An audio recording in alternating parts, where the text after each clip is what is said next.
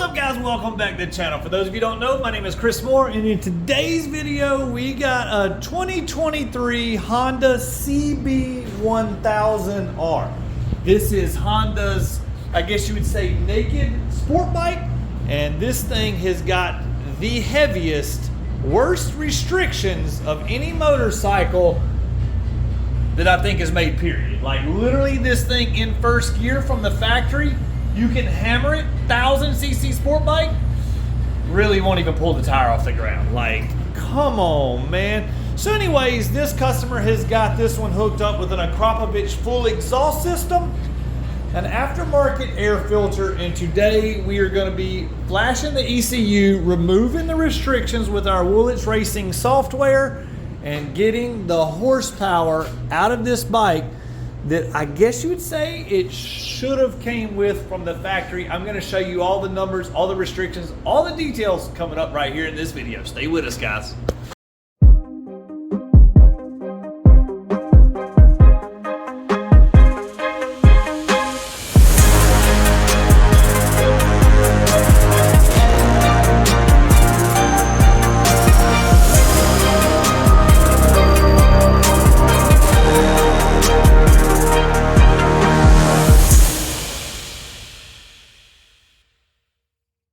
So the ECU is flashing. We're removing all the restrictions. We're going to talk more about that in a second. But look at our baseline numbers. We got 125.29 horsepower, 69 foot-pounds of torque. It's pretty decent torque numbers on this thing, but you can see the horsepower goes up and then it goes back down. And then our air-fuel ratio is all over the board. The bike is crazy lean, meaning not getting enough fuel. So all these new sport bikes, they come super lean from the factory, not getting enough fuel due to the fact of, let's just say, they have to meet government standards, is what we're going to call it. And once you modify the exhaust systems and the air filters and all this stuff on them, they need even more fuel. So really they need even more fuel from the factory, but then when you do the modifications, now they need even more fuel again. And anything above this dotted line here means not getting enough fuel. So you can see pretty much everywhere, like at 6,000 RPMs, for instance, we need about 20% more fuel. So that's a huge, huge difference. We should get really nice gains right in here, as well as once we remove our throttle restrictions, we're gonna get really nice gains on top end. Now, another thing with this bike, this customer has changed the sprockets on the bike. So normally that's not a big deal whatsoever. That's a cheap, easy modification that usually causes no problems. Notice I used the word usually, because on this bike it does cause problems. His factory quick shifter is no longer working.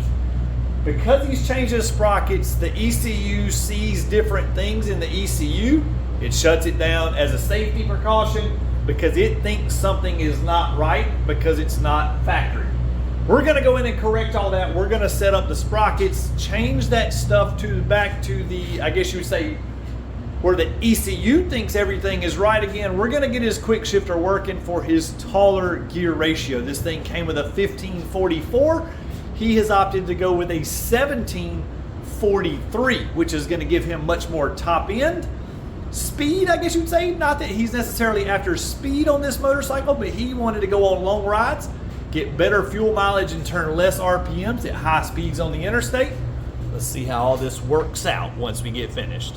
All right, guys, the ECU has been flashed, the restrictions have been moved, and I have almost got the air-fuel ratio dialed in perfectly. I'm gonna run it as is, and then I'm gonna show you a little trick I'm gonna do. So, long story short, we have enabled an option called Disable Decel Fuel Cut. So from the factory, when you let off the throttle, the fuel injectors turn off immediately, which gives you a lot of engine braking. And then when you give it gas again, it kicks back in and you feel a very twitchy on-off throttle, you know, like jerk. Anyways, we get rid of that. So in the ECU flash, we keep the fuel injectors running just a slight amount whenever you let off the throttle. Well, whenever you do that, you get some unburnt fuel in the exhaust system, and then you're gonna get a popping and burbling as you slow down. If you like it, cool, it doesn't hurt not one thing. If you don't like it, I'm gonna show you how to fix that here in just a second. We're gonna cheat and do it on the dyno because this particular customer, he likes it. He wants it to be there. This is not the ultimate pops and bangs option. This is just the diesel fuel cut that causes this, okay? But if you're one of those guys that don't like it, I'm gonna show you how to stop it as well.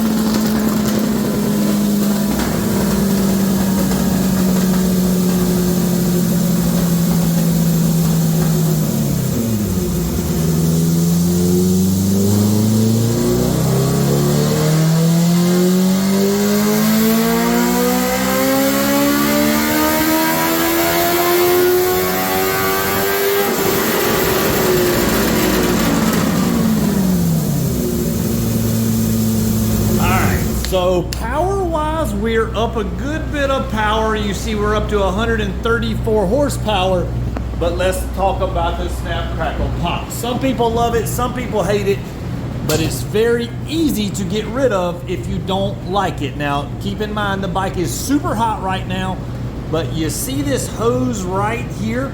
Okay, this goes to our pair system. Okay, you can Google this modification. You may hear it called the clean air mod, the marble mod, AIS block off, pair valve block off. It's basically all the exact same thing, guys. So in order to cheat and to easily, I guess you'd say, undo this modification, I'm gonna use my old trusty needle nose vice grips here. And as you can see, all I've done is pinch off that hose. That hose is the emission system, and basically what it does is recirculate the air from the air system to the exhaust. Long story short, that causes / stops the popping. The fresh air causes it. The no fresh air is gonna stop it. Let's run this thing one more time and show you the difference. Now keep in mind, all this is totally optional. Like it, love it, hate it, whatever you like, it's your choice.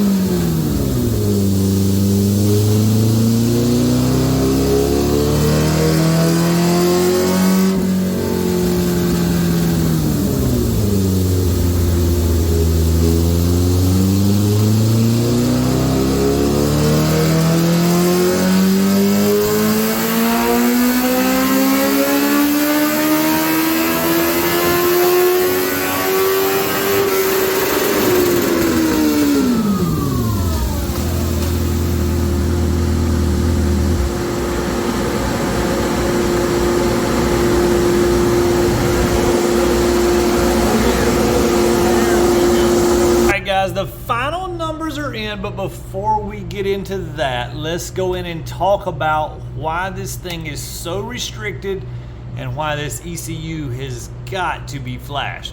Let's go to the electronic throttle valve table. So from the factory, you give it gas and then the ECU sees what you tell it and then it tells it what it wants to do. So we're gonna put the bike in sport user max power mode, and then we are gonna select, for one, let's just select first gear, okay? Now we never dynoed the bike in first gear, but I want you to look at the crazy amount of restrictions in this thing. So let's just say at 5,500 RPMs, we scroll across over here to where you are giving it 100% throttle. The computer is giving it 30% throttle. Come on, man. 30% throttle. No wonder we can't pop no wheelies. All right, so let's go ahead and put it, well, for one, I guess let's keep looking at this. You can see the highest throttle you ever get in first is 87%. And then it immediately starts going back down to 76% at 9,800 RPMs. So then at 10,000 and 10.5, you're back to 66% throttle. So let's put it in fifth gear, which is where we dynoed it. You can see pretty much the same thing with the top end restrictions. Pretty much the same thing with the bottom end restrictions, guys. This thing has nowhere near the power it really should have. But let's take a look at what we got. We started with 125, we finished up with 141. Huge power gains throughout the whole entire RPM curve. You can see here at 10,000, basically 500 RPMs, we gained almost 20 horsepower. And then you can see here in the mid-range, 7,300 RPMs, we went from 66 foot-pounds of torque to 75, and then from 93 horsepower to 105. That's horsepower and gains you're gonna feel every single time you ride the bike. So super, super smooth.